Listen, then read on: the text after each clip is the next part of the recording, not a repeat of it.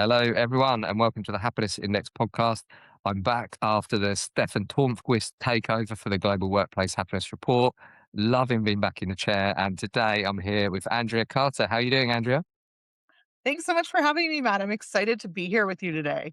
Really looking forward to this, Andrea. It brings in two of my most happiest, for me, this is how geeky I am, two of my most happiest subjects, belonging and performance.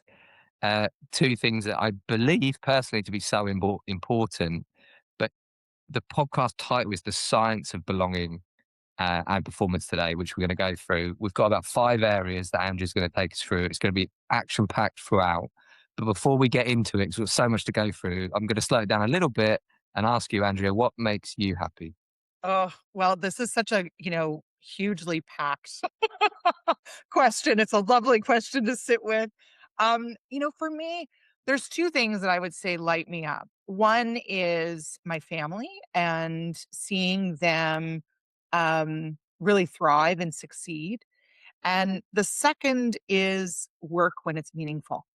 And I am a firm believer that we don't just have a job in life, we have a purpose in life.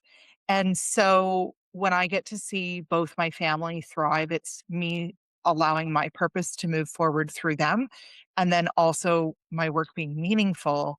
That's the impact of giving back and being in service and seeing that grow.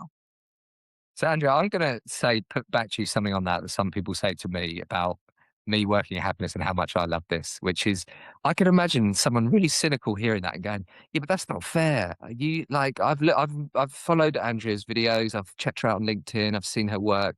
Like she's so lucky to do what she does, and that's rare. But I don't imagine you were born with this this job, this thing. How did you get for someone who's loving the purpose of what they do and they feel like they're doing their thing, which is it comes across really strong.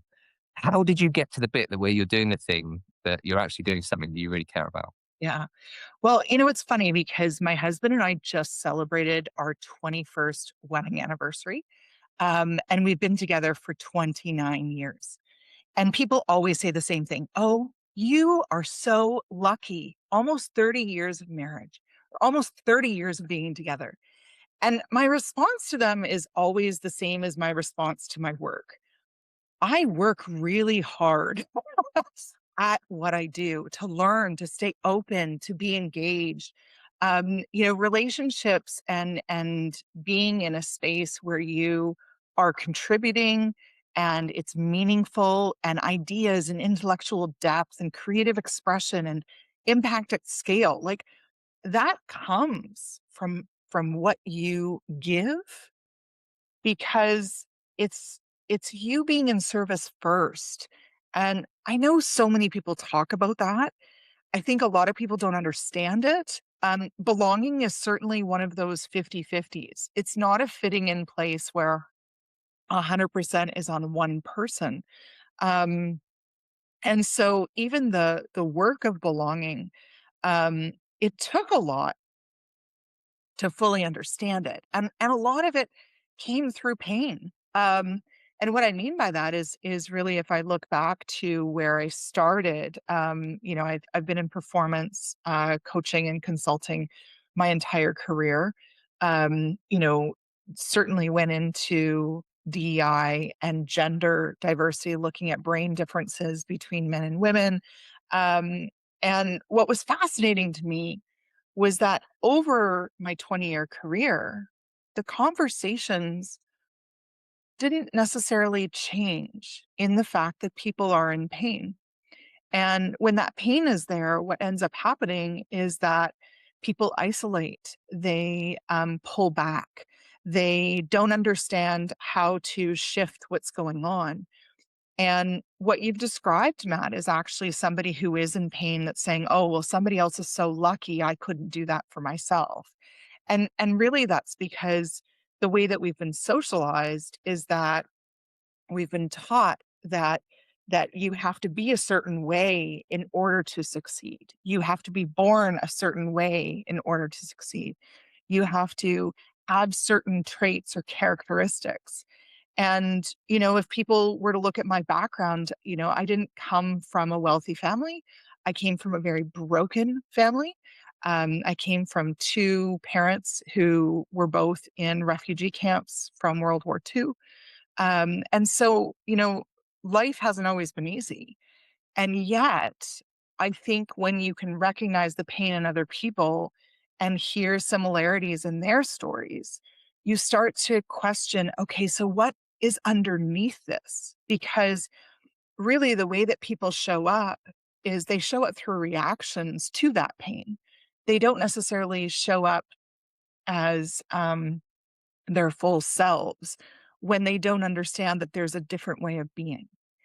And so I would say that throughout my entire life, without going too much into specifics, but I would say that theme has been there. And it's been questioning, what do I need to do in order to create spaces where I can succeed at my best?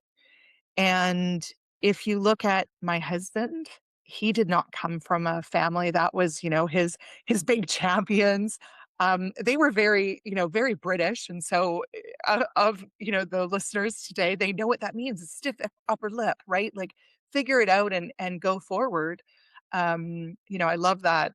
Stay calm and carry on. That was certainly, the way that a lot of people were raised. And so with those elements, we often miss the nuance of how to actually create real meaning in relationships and real meaning within work. And that was really the quest that I went on 5 years ago with my research, because I was seeing so many people in I guess it was 2018, 2019, from one of the research projects that I was on, who consistently said, I don't belong here. And that took me into the wormhole of, well, what does it even mean to belong? And what do our brains have to experience to feel belonging?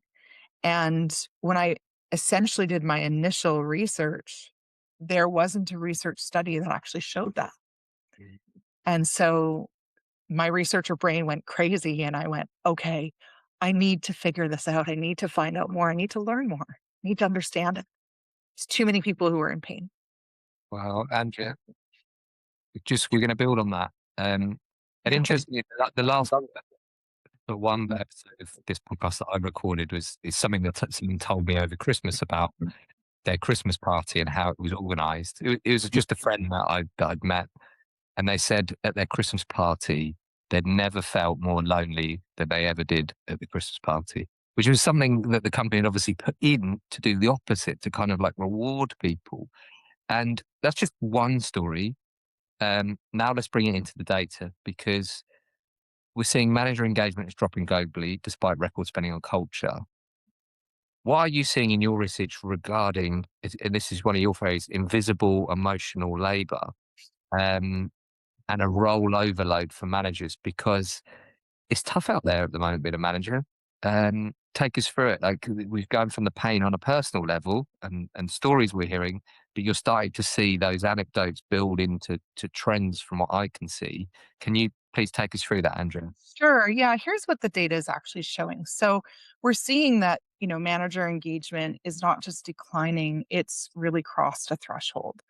And so if you look at, we'll use Gallup data because it's global. But in 2024, Gallup recorded the second largest drop in global engagement in 12 years. The first was COVID, of course.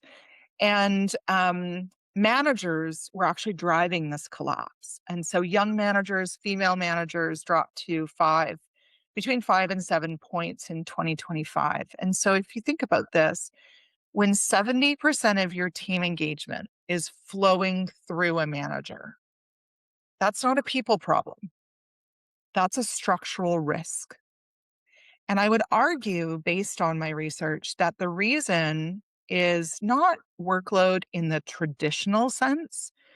It's more the nature of work that has actually changed. And so managers are really doing two jobs simultaneously right now.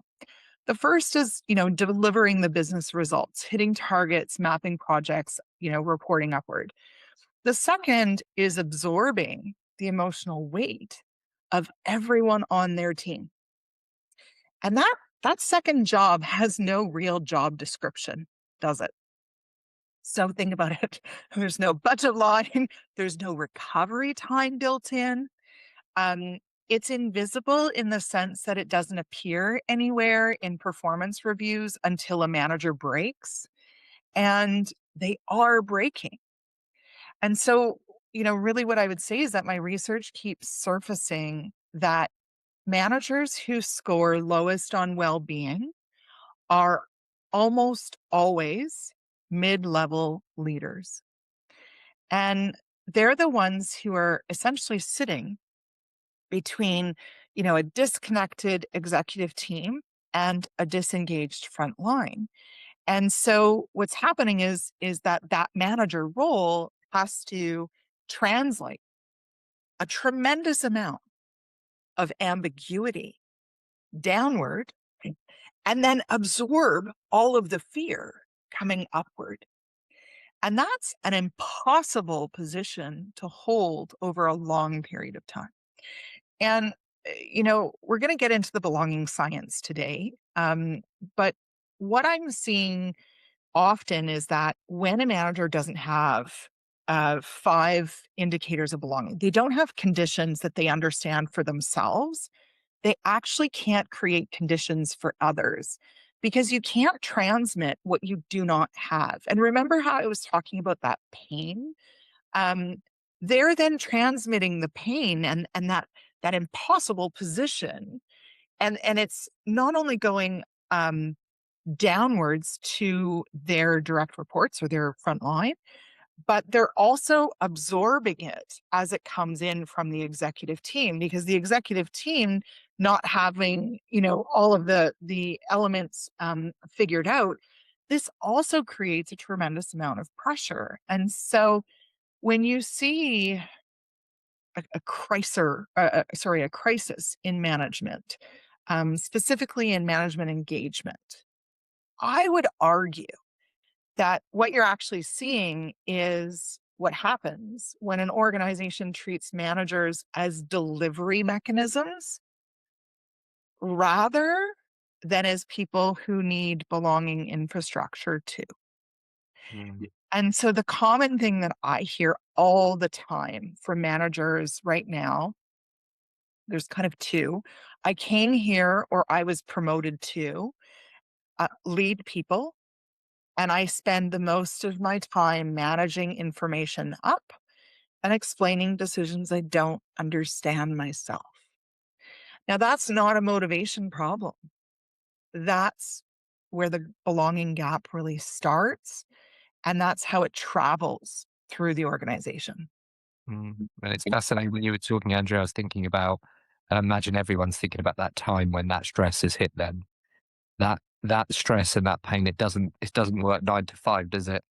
It No. can be 3 o'clock in the morning. It can be Sunday afternoon when you think, oh, I'm finally going to relax. And then suddenly all those thoughts pop in. Just to add some other data in, we've got our global workplace happiness report coming out, and we're seeing a middle manager squeeze on exactly what you're talking about. So we're seeing it in the data in multiple sources, right, Andrea? But why do CEOs sometimes ignore survey results? Sometimes it's there. It's like it's coming from lots of different sources now. Why is it ignored? Well, I would say that what I see most is the data that they receive is incomplete. And somewhere in their gut, they know that the data is incomplete. But if you look at how engagement surveys have been crafted and how they've been socialized and how they've been used in organizational psychology for, since since the survey was invented, essentially. Um, think about what happens, when that engagement survey comes back with 72%. The CEO sees what we deem a passing grade, and what they don't see is what's sitting underneath that average. And what my research consistently shows is that the people who are most disconnected from belonging, they're never sitting in the mean, right? Those are the people that are fitting in. The people who are disconnected from belonging, they're at the edges of that distribution. So if you think of the distribution curve, they're on the outliers. There was a reason that Malcolm Gladwell wrote the book Outliers. And so if we look at standard survey analysis, it was never designed to find the outliers. So a leader looks at that 72% and thinks they have a culture that's mostly working. And what they actually have is a culture where, some people are thriving enough that they're pulling the average of those who are quietly eroding from the inside out up, right? Mm.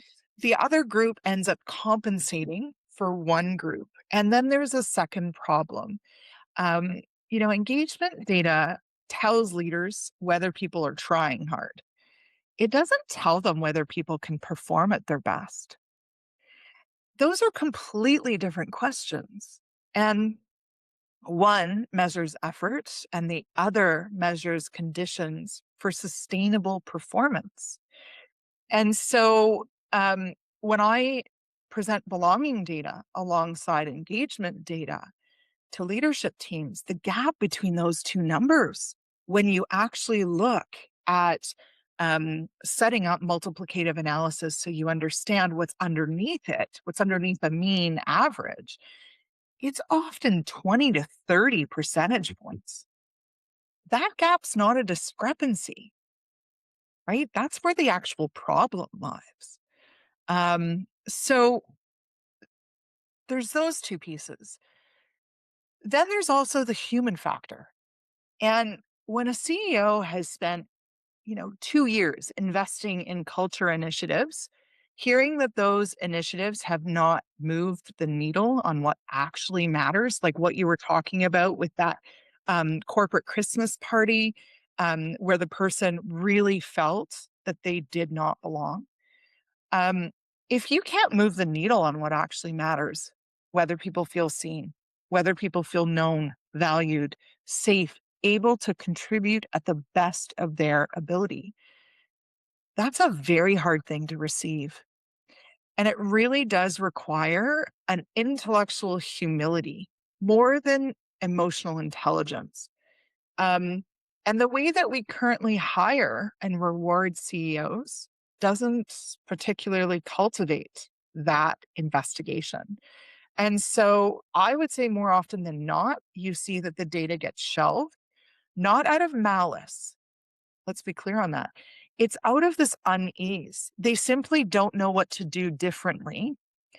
And they understand that data or survey data reporting, it's a snapshot.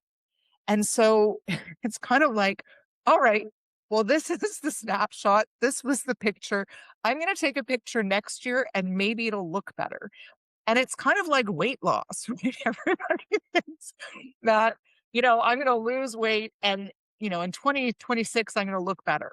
And then they look at it and comparatively, the difference hasn't changed. And so, they understand that there's hope that the next survey is going to show something differently after they run more initiatives. And that's what one of my big arguments is.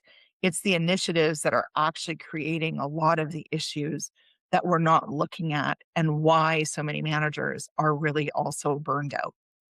Totally.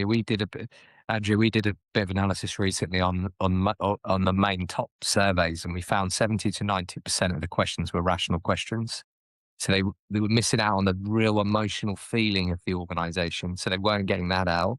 The other bit that when you were talking, I'm going to just make up a phrase, Malcolm Gladwell's outliers. There's also the never liars, the Yeah, people that don't even fill out the survey because they're so disengaged. So that's when you right. look at the average, there's loads of studies, isn't there, that the people who don't fill out the survey, there's a high percentage of them that won't be in the company in 3 to 6 months' time. So I think there's those two bits missing from that. But I need to move forward because we could spend a whole hour just on surveys. But you talked about belonging infrastructure versus initiatives. You sort of touched on it, Yeah. and you argue for this infrastructure versus initiatives approach. But what does that actually mean in practical Yeah. terms? Because Yeah. to me and you, we're working on this stuff every day, but your HR director, they're stressed out, they're trying to move the organization forward. What does that mean, Andrea? Yeah, that's such a great question. I'm so glad you asked it, Matt. Think of an initiative as something that you run. Infrastructure is something that you build on and then rely on. So the distinction sounds really simple, but the implications are actually really important and they're huge. So here's a concrete example. Imagine that you're running a psychological safety workshop or an unconscious bias training. That's an initiative. You schedule it, people attend it, they leave feeling inspired. Maybe they get a certificate. 6 weeks later, you're back to the same meeting dynamics. Mhm. The same silences, the same one person dominating every single room. And it's because the conditions that created the problem are still in place. And that initiative isn't going to touch the system, it's going to touch the mood. So, infrastructure means that you're changing the actual operating conditions. So, that means you're setting up specific protocols, for example, for how you're going to respond when someone raises a concern. There's visible feedback loops so that your people are actually seeing when they're speaking up, it's producing an outcome of some sort. You're identifying the people who have contributed so that their work is seen as important and leading to something that's meaningful. So, what I often find is that when we embed the belonging indicators into performance scorecards so that leaders are actually accountable for the conditions that they create, not just results that they're extracting, that's structural. So it functions regardless of whether or not next year's culture budget gets cut. Think of it like that. Right. So, from an HR director perspective, this is what most people find really surprising. Infrastructure is actually often less expensive than cycles of initiatives. And that's because initiatives have a very short shelf life. So, you run the training, it fades, you run it again. Infrastructure, on the other hand, it compounds over time. You build it once, you maintain it, it produces return for years. Mm. So, the diagnostic question I give every HR leader is this: if we stopped running this initiative today, what would remain?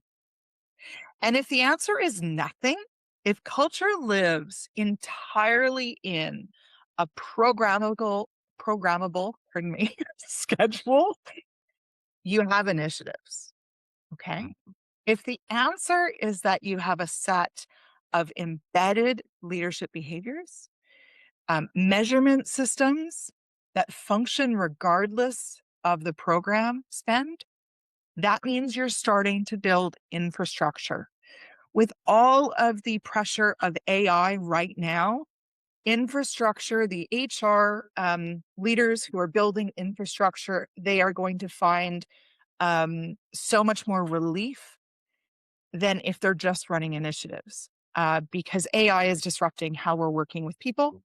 And if we don't have infrastructure, that's why we're seeing also such a compression on HR leaders right now and on how hard it is for them to keep going. A lot of them are really burnt out right now.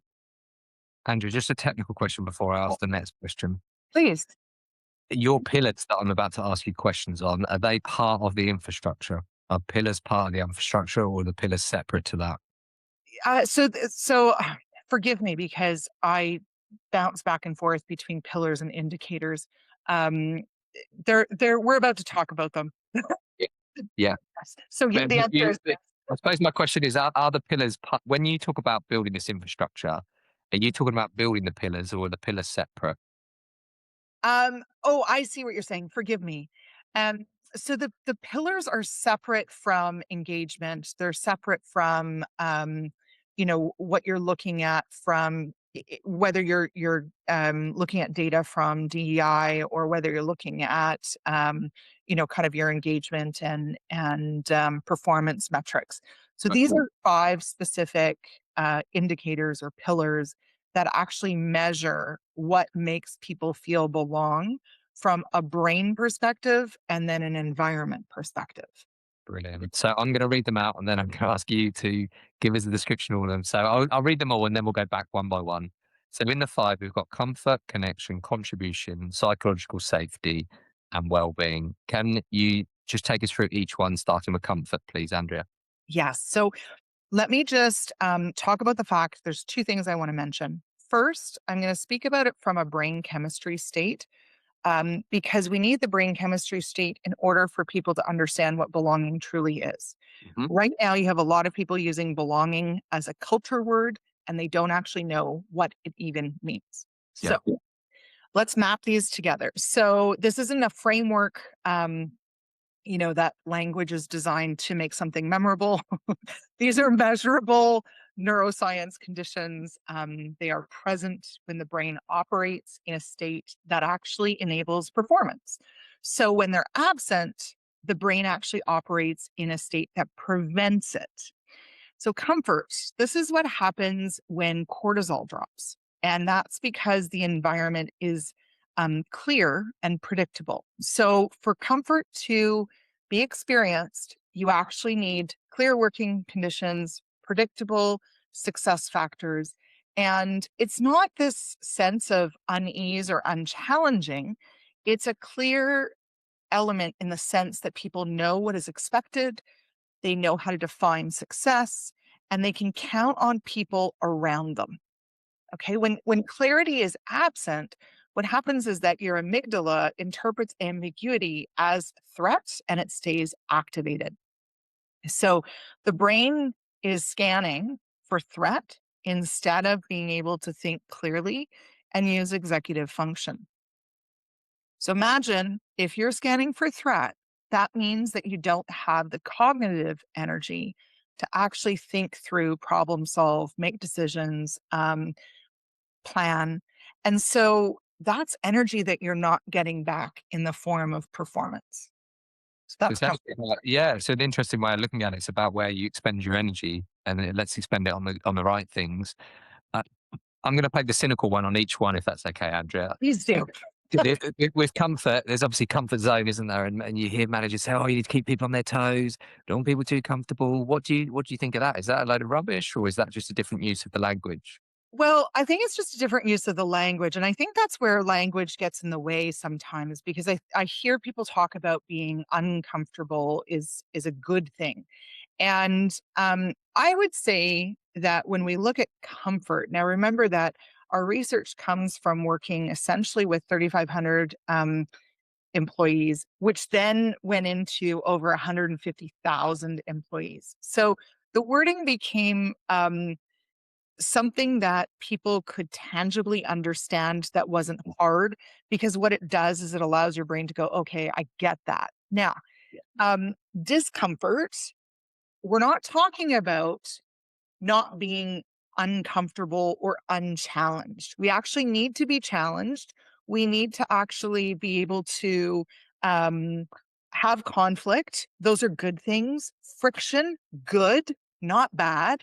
Um, it's- now, doses often also have to be considered here, but comfort, think of comfort as what calms your brain so that you can actually have the ease to move through conflict, friction, complicated things. Right. When you have that clarity and that predictability, your brain goes, I've got this, I can figure this out. Yeah. When you don't, the brain is so overwhelmed and so stuck in that protection mode that it doesn't actually compute that you can logically work through problems. Yeah. And so we want employees to feel that they can always logically work through problems. Think about how much energy that actually goes towards being in the organization rather than in people figuring out what they're supposed to do. Sure. And so that would be what I'm speaking of there is comfort Totally, with yeah, clarity totally and makes sense. predictability. Totally makes sense. And my favorite one, connection. Yeah. So connection is the oxytocin state, trust over transaction. When people feel genuinely known at work, so not just professionally skillful or useful, okay, when they actually want to get to know each other. And this actually goes back to the person who was at the Christmas party and didn't feel that they belonged. They likely walked into a room and they were invited to that room, and there was groups of people that were all around, but nobody actually looked at them and said, "Hey, Matt, come on over. How are things going?" Yeah. And they want to know how you're doing. That is what actually releases oxytocin in the brain, and it creates a neurochemical condition for risk taking, for collaboration, for extending yourself to someone. Yeah. And without connection, you get silos. So you get all those tables. Imagine all of those high top tables of all those people standing around with lovely cocktails. And and nobody is talking or nobody knows what to say. And that's because when people don't try and get to know each other, you're essentially just creating conditions where people protect themselves Yeah. and protect information rather than sharing it or rather than connecting through a lens where you're able to be together in multiple different facets. Yeah. And you need your teams to get to that so that they can execute tasks um, and work together through friction, through conflict, through competition, through whatever you're trying to solve within the business. Yeah. This next one, contribution, Mhm. Andrea. I always feel like this is where we manage to recruit people from big companies that shouldn't be coming to us. And I think, and then you hear it in the interview and you think, why are they coming to a small company like us? And then you hear them talk about their contribution in a huge company. And many of our customers are huge companies as well. So I think it's important that we understand contribution, but this comes up in the interview process a lot where people feel like they're not Yeah. contributing, even though they might be working hard and so on. So take us through contribution, please. Yeah. So, real quick, contribution is two neurochemicals. So, dopamine and serotonin. They actually work as the gas and the brake. Dopamine fires when you see the impact of your work. So, it's the reward system telling your brain the effort that you put into that work actually produced something good. Yay, outcome. It's why we like, the sound when you click a task you've completed and it goes ding. Yeah, love that. that that is dopamine firing, going, yeah, you got it, you did it. I Ser- think, Andrea, sorry to interrupt. I think I even make it up sometimes. I make this noise with my, I go, and I I do it myself, but it's not even there. So I think do it. it's terrible, isn't it? I click it off. No, it's exactly it's something that we actually do in our brain, and it makes a big difference. Now, serotonin, if you have dopamine firing and you go ding ding ding, and so there's a reward going off, but serotonin is actually what sustains the sense that your work has meaning and that you matter.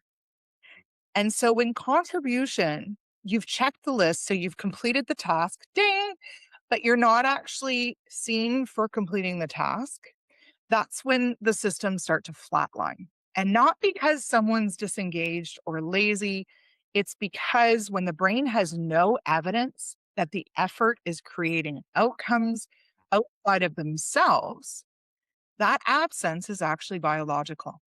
And it is reversible, but only if leaders make contribution visible.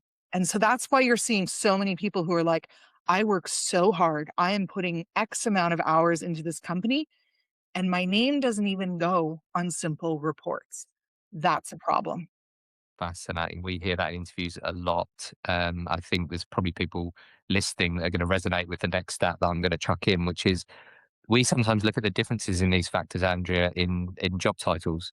And many of our customers are HR directors, and we've seen the I word that you said, impact, be more important to their happiness in HR than it is to other job titles, which blew my brain when I first saw it. But the more you think about it, it kind of makes sense. Is although HR in many circles sadly has a bad name because people think, oh, they're the people that fire me. Most people who go into HR actually want to make an impact. So there's some kind of like self-fulfilling prophecy here that, and I'm sure there's other jobs like nurses and doctors that are similar to that. So we're going to go on to Amy Edmondson territory now. Amy Edmondson, who coined psychological safety. And for anyone listening on psychological safety, I just wanted to make a point. I heard Amy speak recently at a conference in London, and she said she was talking about it for about 12 years before anyone even noticed. So I just wanted to share that because if you believe in something, you've got research behind something, and you are out there and you're thinking, why is everyone ignoring me? Think about psychological safety, which is so important, and we now understand it. that it's coming through in your work, our work, everyone's work. Just think about that. You can have the best idea and it can be ignored for 10 to 12 years. Doesn't mean it's not important. So psychological safety, Andrea, take us through a quick definition on that, of what you You mean by. So, psychological safety is simply the condition where the brain stops producing punishment for speaking up.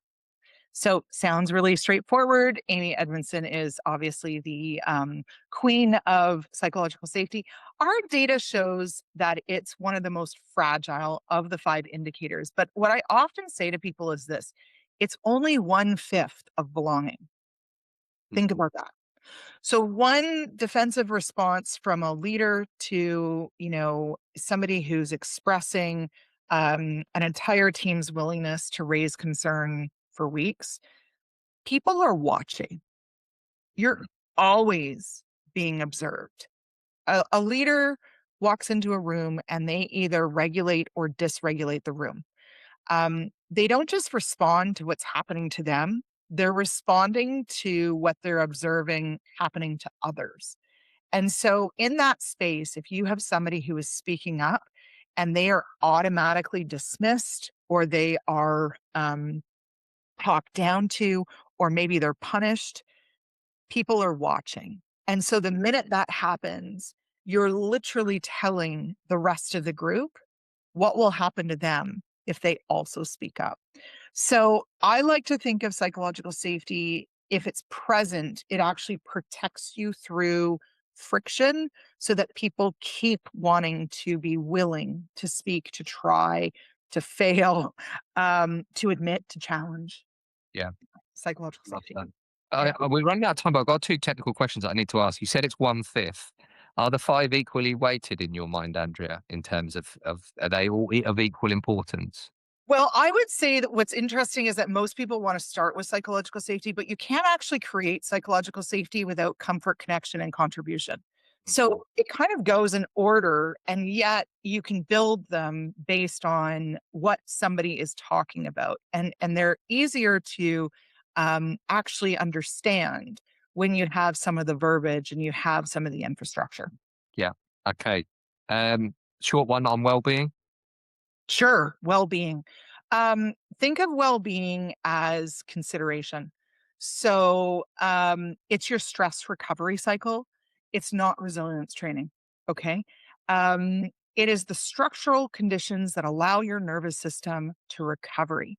So, if boundaries are real, if they are consistently honored, if workload is sustainable over time, not just as manageable short term, this is where leaders who actually model recovery as part of a performance strategy, not as its opposite, that's where they're training their population that you will have a recovery system process.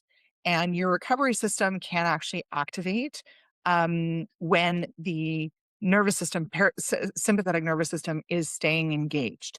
And so, what I mean by that is we often say, here's a meditation, here's some exercise, here's an app, go and figure out resilience on your own. That is actually not well being, and that is not belonging. We know from all of our natural disasters that when you have systems and structures and support and people in place, people recover between 40 and 60% faster. So if you're Wow. not building that into your infrastructure, you will consistently burn people out. Yeah. Say that again, Andrea. I know you just said it. Say that bit again. That's powerful. I need to hear that. Everyone, say that to us again, please. You're back.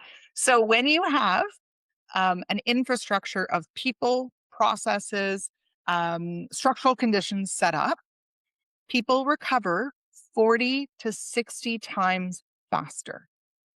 When somebody is recovering on their own, so here's a resilience training, go out and learn this and figure it out on your own. And if you can come back, good for you. That doesn't work. Okay. 40 to 60 times, or sorry, 40 to 60% faster recovery time when you have structural conditions in place. We should really end the podcast there because that's the mic drop moment. But well, I've got three questions to ask you in 6 minutes, so I'm going to keep going. But it's Okay. my fault. It's my fault because I've put in so many follow up questions and I've got you to repeat stuff that I just thought was unbelievable, but so powerful. So This is a brain question. Okay. We've all been there where we don't feel we belong, right? We can, everyone feel it now. Think back to a time. Andrew's thinking of one. I'm thinking of one. We're all thinking of one. Take us through what actually happens in the brain when we're going through that horrible feeling where we're like, this room, we shouldn't be in here. Like, what's going on in our brain, Andrea? Yeah. So everyone can remember that really easily. And some people will actually even have an emotional reaction from thinking to that. The reason because the brain can't actually distinguish between what's physical pain and what's social exclusion. So neuroscientists have shown that the same neural circuits activate in your brain when you are physically hurt as when you are socially rejected, to the point that they've actually done studies with acetaminophen, and people who are given acetaminophen on a day-to-day basis um, actually feel less social exclusion. So, this isn't a metaphor about how exclusion feels uncomfortable. It's literally happening in the brain, and the implications for performance are huge. So, when the threat system activates, that prefrontal cortex that we talked about, the brain, the part of the brain that's responsible for strategic thinking, planning, creative problem solving, decision making, it goes offline. The brain has made a very rational decision in evolutionary terms. Right now, surviving this threat matters way more than solving this problem. So it directs all of your resources accordingly. What this looks like, so you're in a meeting room, there's a person who's gone quiet. They might be producing work, but there's no ideas anymore. They're showing up every day, but they're not really there. Um, they're not being difficult, but they've checked out by choice. We can see these people. They're very clear. They're very easy to pick out. This is showing you that their brain is in a state of active self protection. And you can't think your way out of a stress response. You can't be motivated, coached, or inspired out of it either. And so you need the conditions to change first. And that's the exact work that the belonging infrastructure does. So the energy that is spent for your brain, scanning for threat is energy that will always be able to be spent on performance. And that's the direct trade off. So it's not an attitude or a commitment. It's literally about your cognitive capacity. And so when, belonging infrastructure is absent, you're paying for cognitive capacity that you're not receiving. Every single salary that you pay to someone whose threat system is chronically activated by the environment is partial salary in terms of what you're actually getting. Yeah. The inverse is actually true. When all of those five indicators are working, the brain is in what I sometimes describe as your optimal performance. And what that means is that when your prefrontal cortex is fully online, you have a person who is thinking at their best, extending themselves for their colleagues. They bring their full capacity of their work. They are the people who walk in a room and people light up and they go, I just need to be around that person. That's a person who feels that they belong in their in their environment, in their structure. And I think the argument is that for some people, they're like, oh, well, you can fake that. But here's the thing, your brain can't fake it for long. So you might, if you're a new employee, you might be able to fake it for the first, 18 months. But then you'll have a direct decline in your health, in your skills, in your communication. So we know that that 18-month factor is actually more a factor of what's happening in the environment than it is of a really great hire that goes wrong. Andrea, I'm probably going to trigger your amygdala here by asking you to answer the last question in 1 minute because I want to respect your time. But someone who's listening has just been totally wowed as I have by this, and they're thinking, I don't have any budget or HR approval to go and do all these things. If you just have to list three quick things that they can write down to go away and research themselves that could go and do, what would those three things be, Andrea, just to finish us up on? Oh, this is such a great question. Um, so next, before your next team meeting, write down the three things that are certain right now. Not what you're hopeful about, not what you're optimistic about. three things that are true and will not change in a week. These are your core priorities that your team needs to know so that they understand what they need to focus on. Start there. Um, Name what success looks like on current work. So, something about a decision being made, start the meeting by naming those three things out loud. This is comfort intervention. You're giving the amygdala of every person in that room something stable to process rather than ambiguity to scan. Takes 2 minutes. It really allows the nervous system to take immediate effect. Second, your next team meeting, ask one question. Who helped you move something forward this week? Give room for 20 seconds of silence for people to think about it, and then actually open it up so that people are doing peer to peer recognition, not filtered through hierarchy. This actually activates connection and contribution in one single exchange. And the third, I would say, the next time somebody brings you a problem or an idea, don't act on it immediately. Don't immediately try and solve it for them. Say, tell me more about that. And then close the loop before the end of the week. So make sure that you're communicating back to that person what you heard, what was decided, and how you can actually create action in some way possible. Wow. Andrea, I'm going to try and summarize that whole thing in about 10 seconds, which is Go for it. everything that I've learned today is if people don't belong in their workplace, it is literally the most inefficient thing that you could do. And I hate to bring it back to inefficiency, but if you're trying to get your business to be more efficient, get people to belong. Um, but if you want a better summary than that, I've heard and read about your belonging first methodology, Andrea. Where do people that want more than my summary? Where do they go? Is it LinkedIn? Is it what your website? Where can they find more of this? People going to want to hear about this. Yeah, so I would say there's two places that you can go right now. First, go and test your belonging. Do a health check. So you're going to go to belongingfirst.com/belonging breakdown and test your belonging score with another person. The second thing I would say is hop onto my Substack. So you're going to go to andreadcarter.substack.com, and you're going to see that there is Start Here, Executive Leaders, People and Culture, ERG Leaders and Inclusion Champions, podcast appearances. Go into some of those write ups. There are 15 articles per heading. And what they do is they give you some of the infrastructure right there that you can start understanding and learning about right away. Andrea, to finish on, you've gone in a time machine, you've met your 16-year-old self, and you're allowed to say one sentence to them. What would you say? Keep going, never give up. Love that. Andrea Carter, you've been absolutely amazing. Thank you. Thank you, Matt.